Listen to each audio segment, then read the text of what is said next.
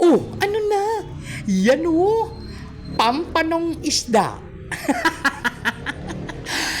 Halina't samahan niyo ako at lutuin natin ang sweet and sour pampano. Siyempre, sisimulan natin sa paghugad ng isda sa pinakamalinis na hugas.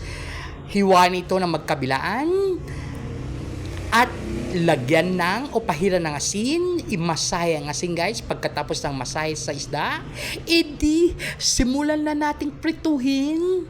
Sa pinakamainit na mantiga guys, ilagay ang isda. Ayon sa kasabihan, pag wala ng tunog, pwede nang baliktarin dahil luto na ang kabila ng isda. Pag binaliktad guys, pwede na nating simulan ang paggawa ng sauce. Yan o.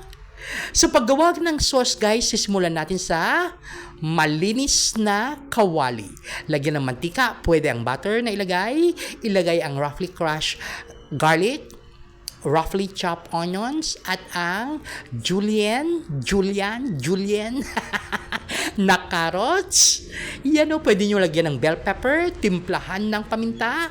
Pagkatapos ng paminta, lagyan ng toyo para magkakulay ang sauce. Paglagay ng sauce guys, ay ng toyo guys, yan o, lagyan na ng vinegar. Pagkatapos ng vinegar, sugar. Lagyan ng slurry. Ang slurry guys, ang pinaghalong cornstarch sa tubig. Pwedeng harina, pwede lahat.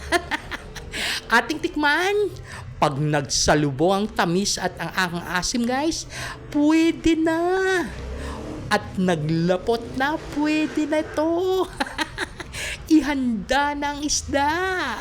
Sa malinis sa pinggan guys, ilagay ang napritong isda. Pagkalagay ng isda guys, edi isunod na, ibudbud na ang nagawang sauce. Yan na o. Di ba't ang sarap? Sarsa pa lang, ulam na. Ang aking sweet and sour pampano.